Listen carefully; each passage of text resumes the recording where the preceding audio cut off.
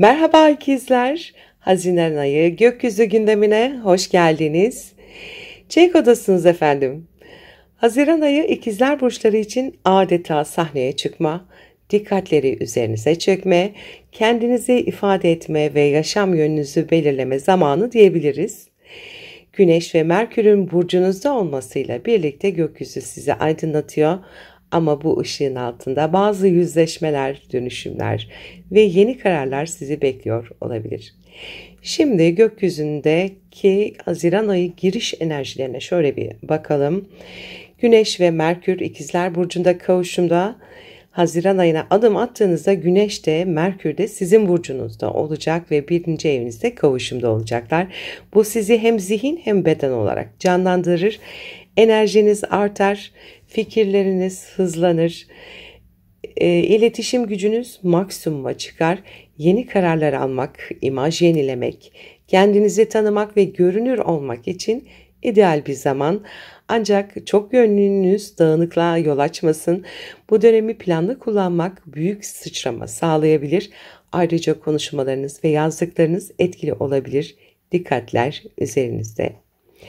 Ay ve Mars 3. evinizde Aslan Burcu'nda kavuşumdalar. Yakın çevrenizle ilişkilerde duygusal tepkileriniz artabilir. Kardeşler, komşular, arkadaşlar ya da eğitim, yazışmalar, seyahatler gündemde olabilir. Mars burada sizi daha girişken ve cesur yaparken Ay duygusal olarak hızlı tepkiler verebileceğinizi gösteriyor. Trafikte, yazılı sözlü iletişimde dikkatli olmalısınız. Bu kavuşum kısa yolculuklar ya da yeni bir eğitime başlamak için sizi cesaretlendirebilir. Zihinsel açıdan yaratıcı ama biraz sabırsız bir dönem olabilir. Satürn ve Neptün Koç burcunda kavuşumda hayal ettiğiniz gelecek planlarını gerçekçi bir şekilde yeniden yapılandırma zamanı. Satürn sorumlulukla ve disiplinle ilerlemenizi isterken Neptün size ilham, sezgi ve vizyon verecektir. Sosyal çevrenizle ilişkilerde mesafe koyabilir ya da bazı dostlukları bitirme kararı alabilirsiniz. Aynı zamanda ruhunuza hitap eden topluluklar içinde yer almak, gönüllü çalışmalar yapmak sizi besleyebilir. Geleceğe dair hedeflerinizi daha idealist ama temelli şekilde revize etme zamanı olacaktır. Venüs ise Koç burcunda sosyal çevrede yeni insanlar, aşk ihtimalleri ve davetler sizi bekliyor olacak. Arkadaş çevrenizde hoş gelişmeler yaşanabilir. Aşkla ilgili konular sosyal ortamlardan gelebilir. Aynı zamanda ideallerinizi destekleyecek kişilerle bağlantılar kurabilirsiniz. Venüs burada hem cazibenizi arttırıyor hem de arkadaşlıkları daha keyifli hale getiriyor. Ancak hızlı kararlar almadan önce gözlem yapmanız önemli olacaktır. Plüto retro pozisyonda ve Kova burcunda inançlar, yüksek öğrenim, yurt dışı bağlantıları, vizyon veya hayata bakış açınızı dönüştürüyor olacak. Retro etkisiyle eski düşünce kalıplarınızla yüzleşebilirsiniz. Eğitim, seyahat ya da hukuki konularda ertelemeler ya da geçmişe dönüş olabilir. Bu dönem bir çeşit dünya görüşü temizliği yapıyorsunuz. Özellikle zihinsel anlamda derin sorgulamalar artabilir. Felsefe, astroloji, psikoloji gibi alanlara ilginiz yoğunlaşabilir. Haziran ayının girişinde yine Jüpiter ile Satürn arasında bir kare açı var. Bu kare ikizler burçlarının hedefleriyle sorumlulukları arasında bir denge kurmaya zorluyor. Özellikle kariyer ve toplumsal konumla ilgili beklentileriniz sosyal hayattaki konunuzla çelişebilir. Ne istiyorum sorusuyla ne yapmalıyım sorusu çarpışıyor olabilir. Bu süreçte sabırla ilerleyip büyük resmi görmeniz faydalı olacaktır. İleriyi düşünerek yapı kurmak gerekiyor. Venüs ile Jüpiter arasında uyumlu bir açı var. Bu güzel açı size sosyal alanda büyük bir destek getiriyor. Yeni arkadaşlıklar, keyifli davetler, ilham verici sohbetler artabilir. Aynı zamanda bu açı aşkı uzak çevreden, sosyal medyadan ya da bir dost vasıtasıyla getirip sizi şaşırtabilir. Maddi anlamda da hayallerinizi destekleyecek güzel fırsatlar doğabilir. Ruhunuza iyi gelen insanlar sizi bulacaktır.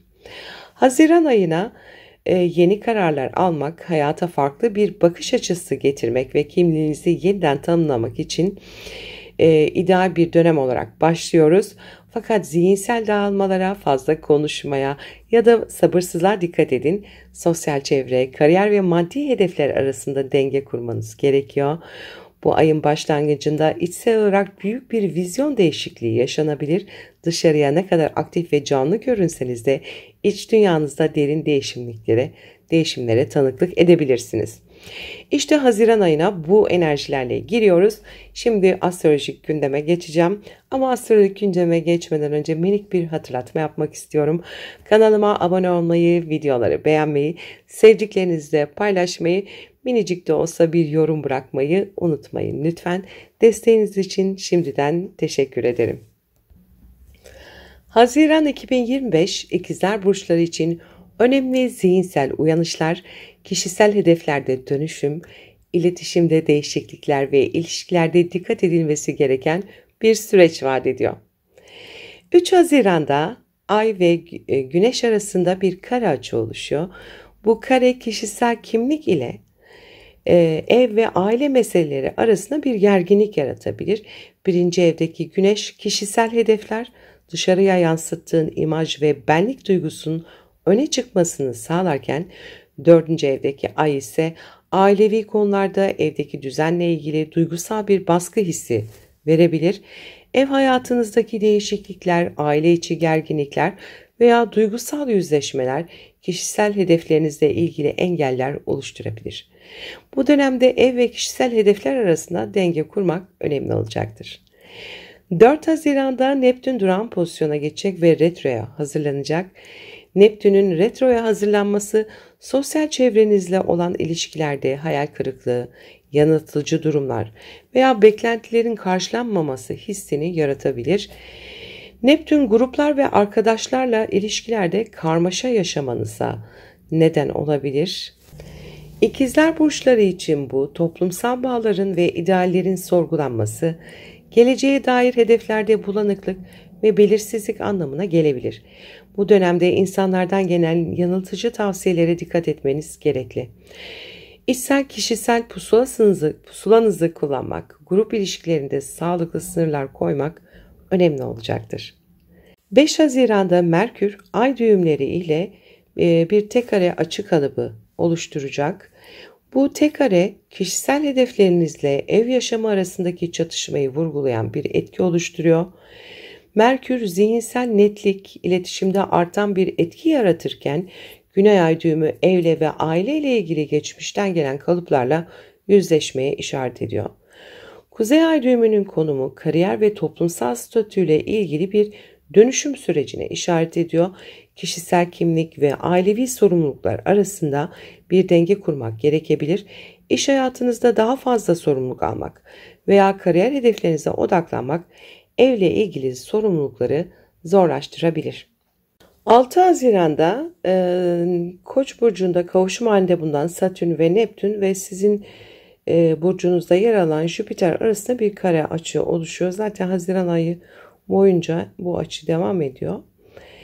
Bu sosyal çevreyle yaşadığınız hayal kırıklıkları, gerçekçi olmayan beklentiler ya da idealleri sorgulamanız gerektiğini gösteriyor. Jüpiter'in Satürn'le kare açısı sosyal çevre ve kişisel gelişim arasında bir denge kurmayı zorlaştırabilir. Bu dönemde başkalarından aldığınız destek ve grup ilişkilerinin kişisel hedeflerinizle nasıl örtüştüğüne dikkat etmelisiniz. 7 Haziran'da Ay, Plüto ve Venüs arasında bir tek kare açı kalıbı oluşuyor. Bu tek kare özellikle eğitim, seyahat, kariyer ve kişisel inançlar konularında önemli kişisel dönüşümlere işaret ediyor. Plüto yüksek öğrenim, uzun vadeli hedefler ve uzak seyahatlerle ilgili büyük değişimleri tetiklerken Ay da sağlık, iş hayatı ve günlük rutinlerle ilgili duygusal stresler yaratabilir. Venüs'ün pozisyonu ise gizli kalmış duygusal meseleler ve geçmişten gelen bağlarla ilgili temaları ön plana çıkarabilir. Bu dönemde inanç sisteminiz, iş hayatınız ve kişisel değerleriniz arasında derin bir dönüşüm ve denge arayışı olabilir. 9 Haziran'da Merkür Yengeç burcuna giriyor ve Jüpiter ile kavuşumda oluyor.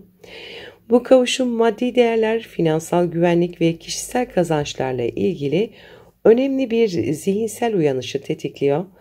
İkinci evdeki Merkür ve Jüpiter, zihinsel olarak finansal hedefler ve kişisel değerler konusunda büyüme ve genişleme fırsatları sunuyor. Ancak Satürn ve Neptün'ün karesi sosyal çevreden gelebilecek yanıltıcı fikirlerle karşılaşabileceğinizi gösteriyor. Kariyer ve maddi güvenliğinizi arttırmaya yönelik stratejiler geliştirirken başkalarından gelen tavsiyelere dikkat etmeniz önemli olacak. 10 Haziran'da Jüpiter Yengeç Burcu'na geçiyor. Jüpiter'in ikinci evinizde geçişi maddi güvenlik, değerler, kazançlar konusunda büyük bir genişleme sürecini başlatıyor. Bu dönemde finansal anlamda büyüme, yatırımlar ve kazanç fırsatları ön plana çıkabilir, yeni bir gelir kaynağı bulabilir veya finansal güvenliğinizi sağlamak için önemli adımlar atabilirsiniz. Aynı zamanda kendi değerlerinizi farkına varmak, neye değer verdiğinizi daha net bir şekilde görmek de mümkün olacaktır. Bu süreçte maddi dünya ile ilgili hedefleriniz ön plana çıkacak ve kendinizi bu alanlarda daha güvenli hissetmeye başlayacaksınız. Haziran'ın ilk 10 günü ikizler burçları için sosyal çevre, finansal güvenlik ve kişisel değerler üzerinde derinlemesine bir dönüşüm süreci vaat ediyor. Ev ve kariyer arasında denge kurmak, kişisel hedeflerin ve sosyal çevreden gelen baskılar arasında seçimler yapmak önemli olacak. İletişim, finansal hedefler ve ailevi ilişkilerde değişimler zihinsel ve duygusal olarak sizi sınayabilir. Ancak kendi değerlerinize sadık kalarak bu değişimlerden büyüyerek çıkabilirsiniz. 1 Haziran'da Yay burcunda bir dolunayımız var. Bu dolunay yükselen ikizlerin ilişkiler ve ortaklıklar evinde, yani 7. evinde gerçekleşiyor. Özel ilişkiler, iş ortaklıkları veya danışmanlık aldığın kişilerle ilgili önemli bir tamamlanma ya da yüzleşme dönemi olabilir. Ay düğümleriyle kare açı yapması bu yüzleşmelerin kadersel nitelikte olacağını gösteriyor. Bir ilişkinin evrimi, bir ortaklığın sonlanması ya da yeni bir denge arayışı başlayabilir.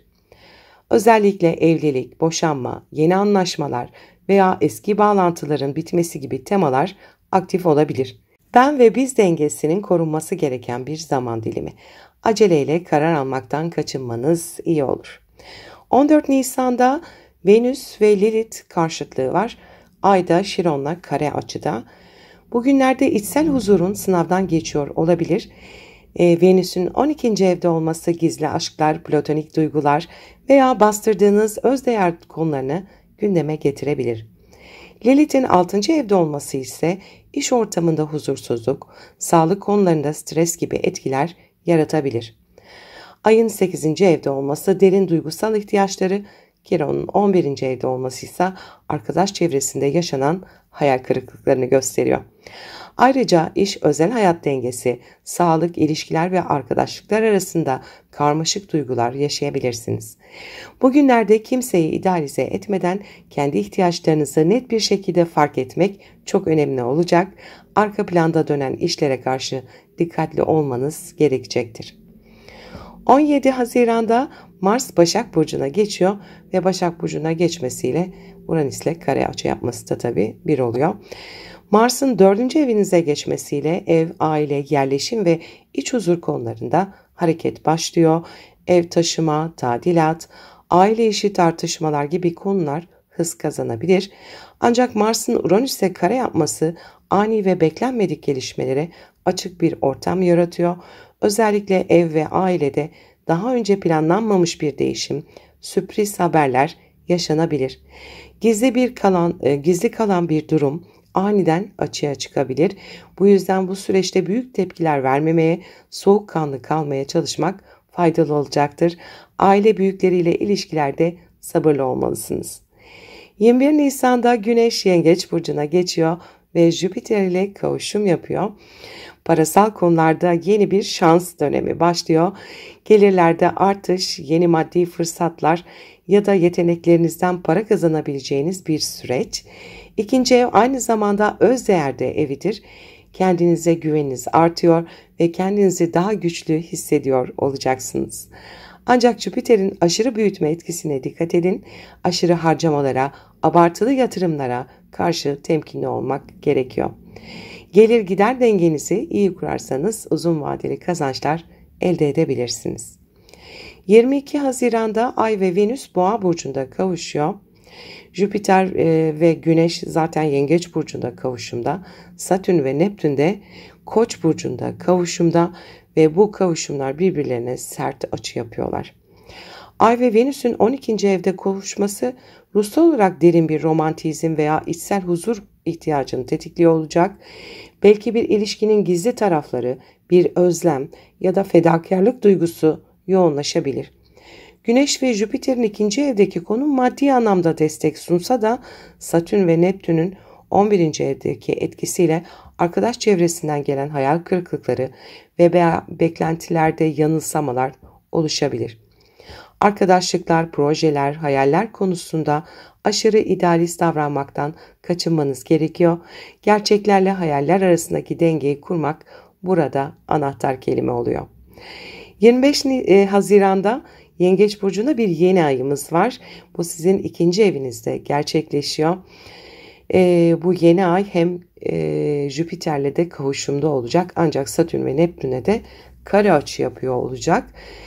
Finansal olarak yeni bir sayfa açacak size bu yeni ay. Gelir arttırma fırsatları, yeni bir yatırım, kendi yeteneklerinizi değerlendirme zamanı.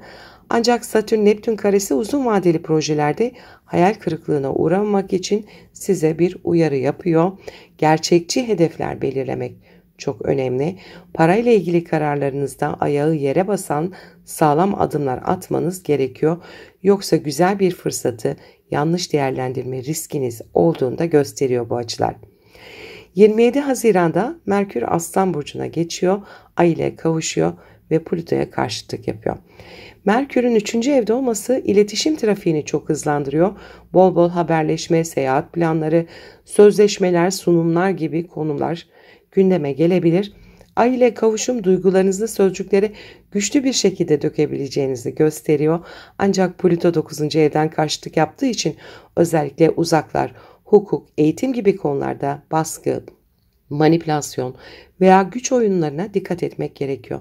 Seyahatlerde ya da akademik ortamlarda özel konuşmalar yapabilirsiniz ama aşırı iddialı veya dominant bir tavırla zarar görme riski de var. Bilgi paylaşımında adil ve ölçülü olmak bu dönemde en iyisi olacaktır. Haziran'ın ikinci yarısı yükselen ikizler için ilişkilerde kader anları, finansal başlangıçlar, ev ve aile hayatında beklenmedik gelişmeler ve iç dünyada derin dönüşümler zamanı olacak. İçsel gücünüzü sağlamlaştırmak, iletişimde net olmak ve finansal konularda gerçekçi davranmak bu ayın anahtarı. Özellikle 21-27 Haziran arasında finansal fırsatlara odaklanarak ve çevrenizdeki insanlara aşırı güvenmeden ilerlerseniz çok büyük adımlar atabilirsiniz. Mutlu bir ay geçirmenizi dilerim. Haziran ayının enerjilerinden kolaylıkla, güzellikle en olumlu şekilde yararlanmanız dileğiyle.